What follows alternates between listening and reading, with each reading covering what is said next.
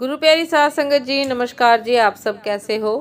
आशा करती हूँ बाबा जी के श्री चरणों में अरदास करती हूँ कि मालिक की कृपा से आप सब बहुत खुश होंगे, मौज बहार में होंगे और अवश्य ही भजन सिमरन में होंगे।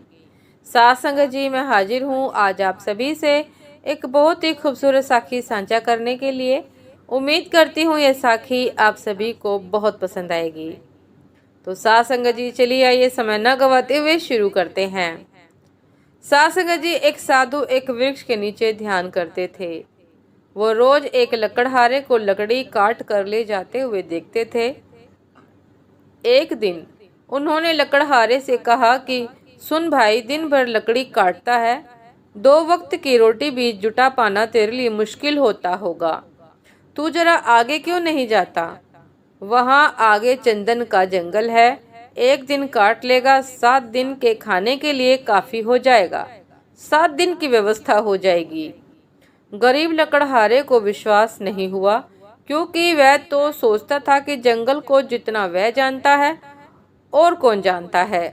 जंगल में लकड़ियां काटते काटते ही तो जिंदगी बीती है। यह साधु यहाँ बैठा रहता है वृक्ष के नीचे, इसको क्या खाक पता होगा? मानने का मन तो न हुआ, लेकिन फिर सोचा कि हर्ज ही क्या है, कौन जाने कि ठीक भी कहता हो। फिर झूठ कहेगा भी तो क्यों? शांत आदमी मालूम पड़ता है, मस्त आदमी मालूम पड़ता है। कभी बोला भी नहीं इसके पहले, एक बार प्रयोग करके देख लेना जरूरी है। साध संगत जी, साधु के बातों पर विश्वास कर वह आगे गया। लौटा तो साधु के चरणों में सिर रखा और कहने लगा कि मुझे क्षमा करना, मेरे मन में बड़ा संदेह आया था, क्योंकि मैं तो सोचता था कि मुझसे ज्यादा लकड़ियां कौन जानता है, मगर मुझे चंदन की पहचान ही ना थी। मेरा बाप भी लकड़हारा था, उसका बाप भी लकड़हारा था। हम यही जलाओ लकड़ियां काटते काटते जिंदगी बिताते रहे। हमें चंदन का पता भी नहीं था। हमें क्या पता चंदन का? चंदन की पहचान ही क्या हम नहीं जानते। हमें तो चंदन मिल भी जाता तो भी हम काट कर बेच आते उसे बाजार में ऐसे ही। तुमने पहचान बताई, तुमने गंध जतलाई, तुमने परख दी। मैं भी कैसा अभागा, काश पहले पता चल जाता। साधु ने कहा, कोई फिक्र ना करो, जब पता चला तभी जल्दी है, जब जागा तभी सवेरा है। दिन बड़े मजे में कटने लगे। एक दिन काट लेता, 7-8 दिन, 10 दिन जंगल आने की जरूरत ही नहीं रहती।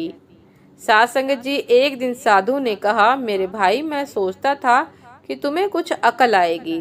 जिंदगी भर तुम लकड़ियां काटते रहे, आगे ना गए। तुम्हें अभी यह सवाल नहीं उठा कि इस जंगल में चंदन के आगे भी कुछ हो सकता है? उसने कहा, यह तो मुझे सवाल ही नहीं आया, क्या चंदन के आगे भी कुछ है? उस साधु ने कहा, चंदन के आगे जरा जाओ तो वहाँ चांदी की खदान है। लकड़ियां वकड़ियां काटना छोड़ो, एक दिन ले आओगे, 2-4-6 महीने के लिए हो जाएगा। अब तो वह साधु पर भरोसा करने लगा था। बिना संदेह किए भागा, चांदी पर हाथ लग गई। बिना संदेह किए भागा और चांदी हाथ लग गई। तो कहना ही क्या, चांदी ही चांदी थी। 4-6 महीने नरारद हो जाता, बेफिक्र हो जाता। एक दिन आ जाता, फिर बेफिक्र हो जाता। लेकिन आदमी का मन ऐसा मूड है कि फिर भी उसे ख्याल न आया कि आगे कुछ और हो सकता है। साधु ने एक दिन कहा कि तुम कभी जागोगे कि नहीं? तुम कभी जागोगे भी या नहीं, कि तुम्हें ही या मुझे ही तुम्हें हमेशा जगाना पड़ेगा? आगे सोने की खदान है मूर्ख। तुम्हें खुद अपनी तरफ से सवाल, जिज्ञासा, मुमुक्षा कुछ नहीं उठती कि जरा और आगे देख लूं? अब 6 महीने मस्त पड़ा रहता है, घर में कुछ काम भी नहीं है, फुर्सत है, जरा जंगल में आगे देखकर देखूं, यह ख्याल नहीं आता। साध संगत जी, उसने कहा कि मैं भी मंदभागी, मुझे ख्याल ही नहीं आया। मैं तो समझा चांदी बस आखिरी बात हो गई, अब और क्या होगा? गरीब ने सोना तो कभी देखा न था, सुना था।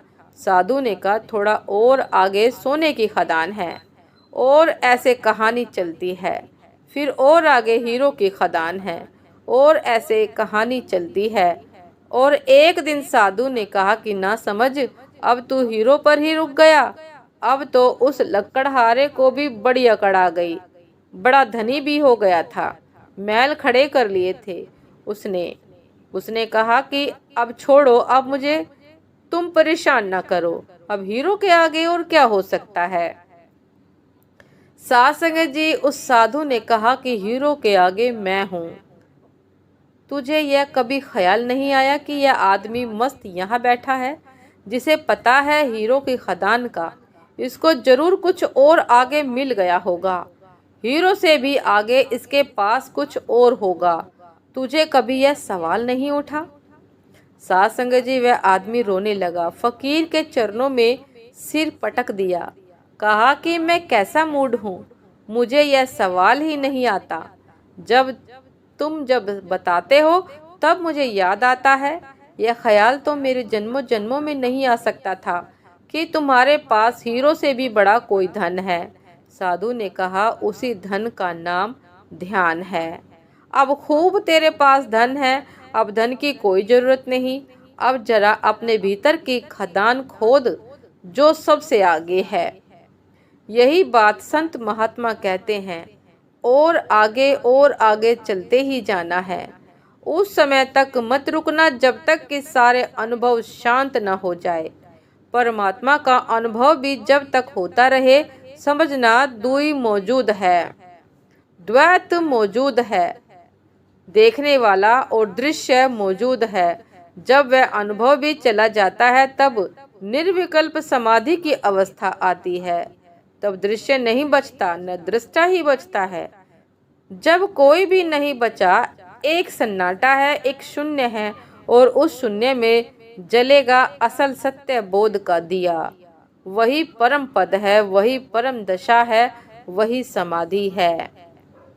साध संगत जी, ये थी आज की एक बहुत ही खूबसूरत साखी, जिसमें बताया गया कि सब कुछ हासिल करने के बाद भी व्यक्ति के पास कुछ नहीं, यदि वह ध्यानी नहीं, यदि वह भजन सिमरन नहीं करता है, यदि वह गुरु का शिष्य नहीं है। साध संगत जी, इसीलिए भजन सिमरन को बहुत श्रेष्ठ बताया गया है, ध्यान को बहुत श्रेष्ठ बताया गया है, क्योंकि ये सब चीजें तो इस जहान की है, मृत्यु लोक की है। सोना चांदी ऐशो आराम यहीं तक सीमित है, लेकिन इससे आगे की जो यात्रा है, ध्यान की यात्रा, वही जीवन को आवश्यक बनाती है। जीवन के लिए वही आवश्यक है, जीवन का वही ध्येय है। साध संगत जी, उम्मीद करती हूँ साखी आप सभी को बहुत पसंद आई होगी।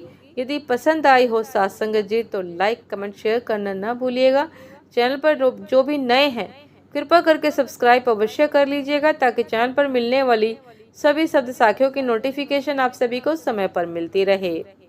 साध संगत जी, आप हमें इंस्टाग्राम पर भी फॉलो कर सकते हैं।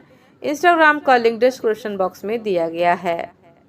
साध संगत जी, यदि साखी को आप सभी से साझा करते समय दासी से कुछ भी गलती हो गई हो, त्रुटि हो गई हो, तो दासी क्षमा प्रार्थी है। साध संगत जी, अभी आज्ञा दीजिए, आपसे फिर मुलाकात होती है एक नए शब्द साखी के साथ, एक नए विचार के साथ। तब तक के लिए नमस्कार जी। सदा खुश रहिए, मुस्कुराते रहिए, भजन सिमरन करते रहिए। अपने जीवन का लक्ष्य समझिए, अपने जीवन का उद्देश्य समझिए। नमस्कार जी।